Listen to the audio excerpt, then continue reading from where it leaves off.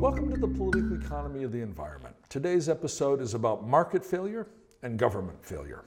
And to cut to the bottom line right at the beginning, what I'm going to conclude is that there aren't any silver bullets in this world, folks. I'm sorry, but if you think markets are going to solve all your problems, you're going to be disappointed. And if you think governments are going to solve all your problems, you're likely to be disappointed as well.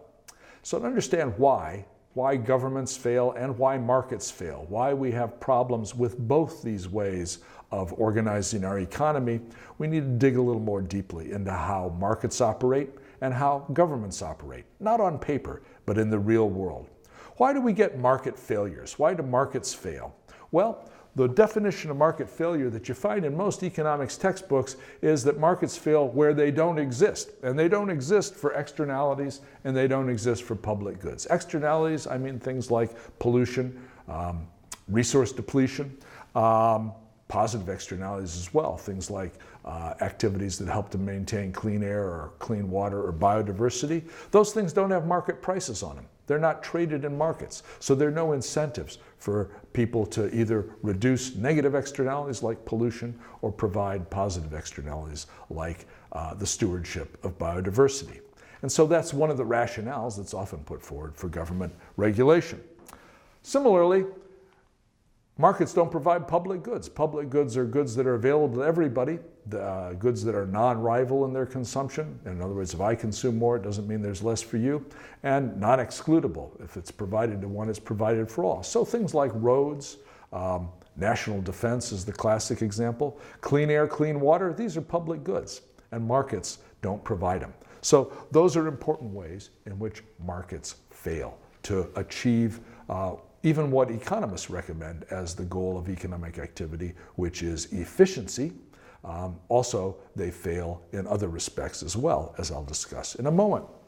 Second reason why markets don't work so good is that in the real world, as opposed to the textbook world of perfect markets, there is what's called imperfect competition, imperfectly competitive markets, market imperfections. And these include monopoly and oligopoly that allow producers to manipulate prices to their own benefit. They include imperfect information, short-sightedness or myopia, etc., ways in which markets fail to produce the ideal results, even if the markets exist. So that's usually called market imperfections as opposed to market failures, but it's another way in which markets fail to produce perfect outcomes. And finally, efficiency isn't our only goal, our only normative goal, the only thing we want to see. There are other things we want to see as well. Safety, for example, like a clean and safe environment or a safe planet. Sustainability. The ability to ensure that future generations are as well off as we are today. Justice, the ability to ensure that basic principles of fairness and equal treatment, including equal access to a clean and safe environment, are protected. Those are goals as well. They're not quite the same as efficiency, as we've talked about in another episode.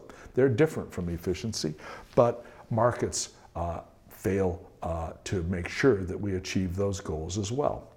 As an example, let's think about climate change as a big example of market failure. Carbon dioxide emissions are what economists call a negative externality. They're not factored into people's decisions about whether or not to use fossil fuels because they're free. They're typically not priced. Climate stability is a public good. If it's provided to one, it's provided to all. It's a pure public good. And so markets aren't going to ensure that we get there either on their own. And market failure happens not only in terms of efficiency goals, but also in terms of safety, sustainability, and justice in the case of climate change. So markets aren't going to be enough to ensure that we deal with this rather big environmental problem. So governments ride to the rescue on a white horse.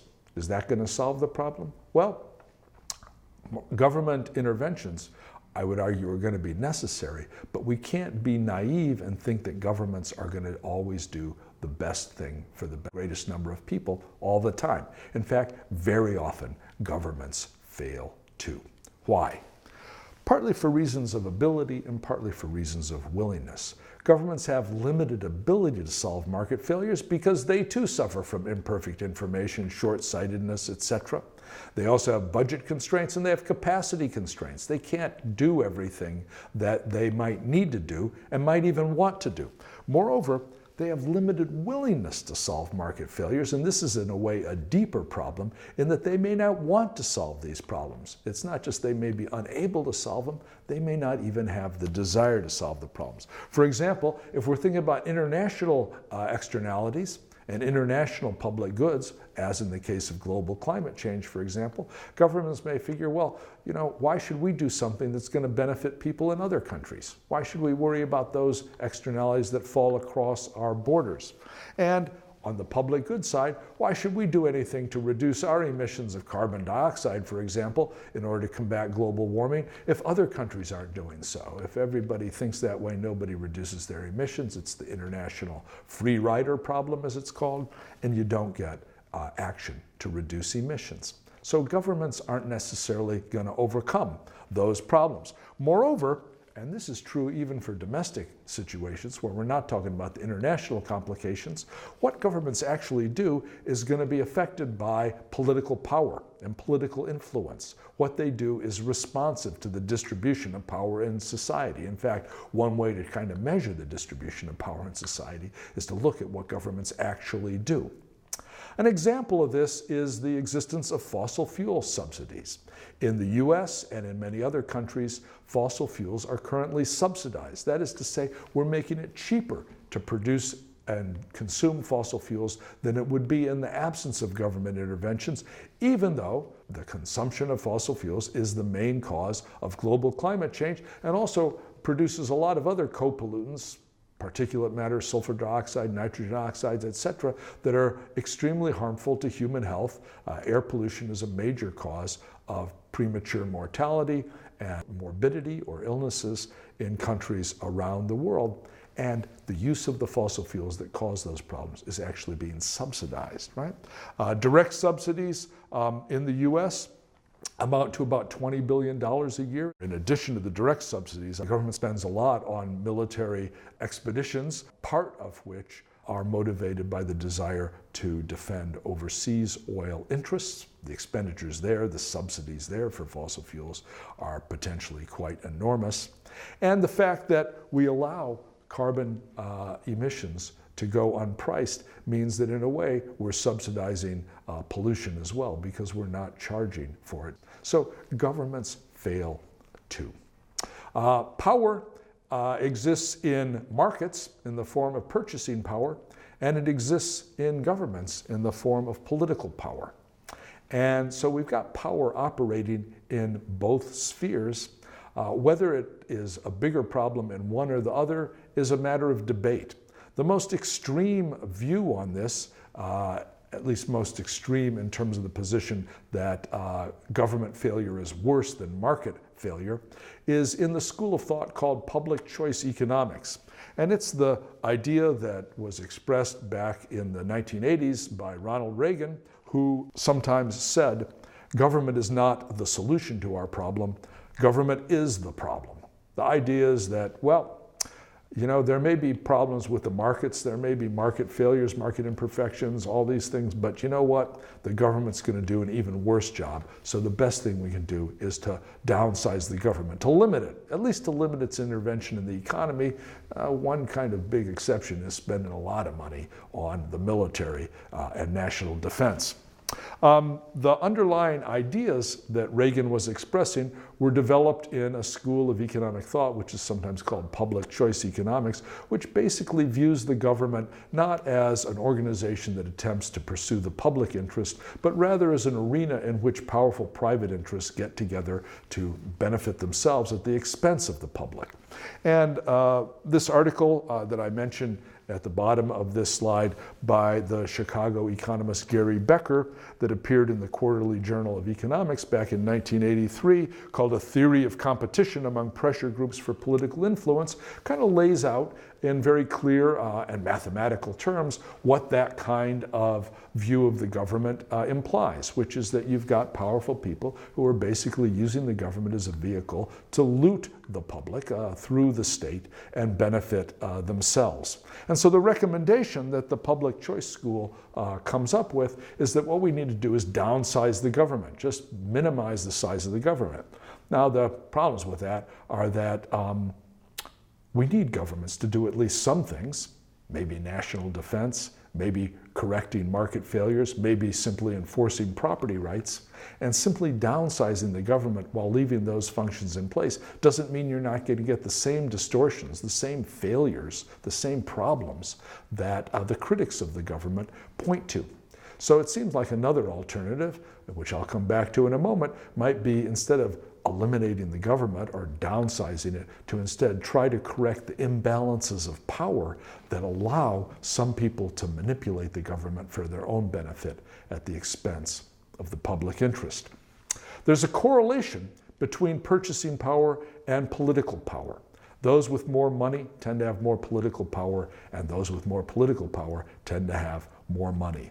And that correlation and the implications of it were pointed out years ago by Supreme Court Justice Louis Brandeis, who said we can have democracy in this country, or we can have great wealth concentrated in the hands of the few, but we can't have both. And what Brandeis was pointing to, I think, was the way in which very concentrated wealth is associated with concentrated power and subverts the democratic functioning of governments and produces government failures. Political economy debates about how we should organize our economy have often been depicted as a debate between the advantages of the market and the government. And that's what I've been talking about today, only I've been pointing out that there are problems with both, failures with both. And I think rather than simply think about that as the axis along which we face choices as a society between how much government and how much market we should have, we also need to think about another axis, which is an axis between democracy, or more broadly, an egalitarian distribution of political power, and oligarchy, a situation in which political power is concentrated in the hands of a few. And in our political discourse, often these two distinct axes have been conflated. What the right has done, as exemplified by the Public Choice School of Economics, is to conflate democracy with the market and oligarchy with the government, and to say, hey, we need to have the market because that protects us against the power of concentrated privilege and wealth. And what the left has done is spin the axis in the opposite direction, conflating democracy with the government and the market with oligarchy, minimizing the extent to which government failure can be a problem, and minimizing the ways in which the market can ensure a more fair distribution of resources than, in some cases, the government does. What I want to suggest is that instead of concentrating all our attention on the market versus government axis, we ought to also be thinking about that democracy versus oligarchy axis. Because if we have a very unequal distribution of wealth and power in our society, at the end of the day, it doesn't matter that much what the balance we have is between the government and the market in organizing our economy. Whatever that balance is, we're going to have a big imbalance in that those with more wealth and power are going to come out on top at the expense of those with relatively less wealth and power. Thank you very much.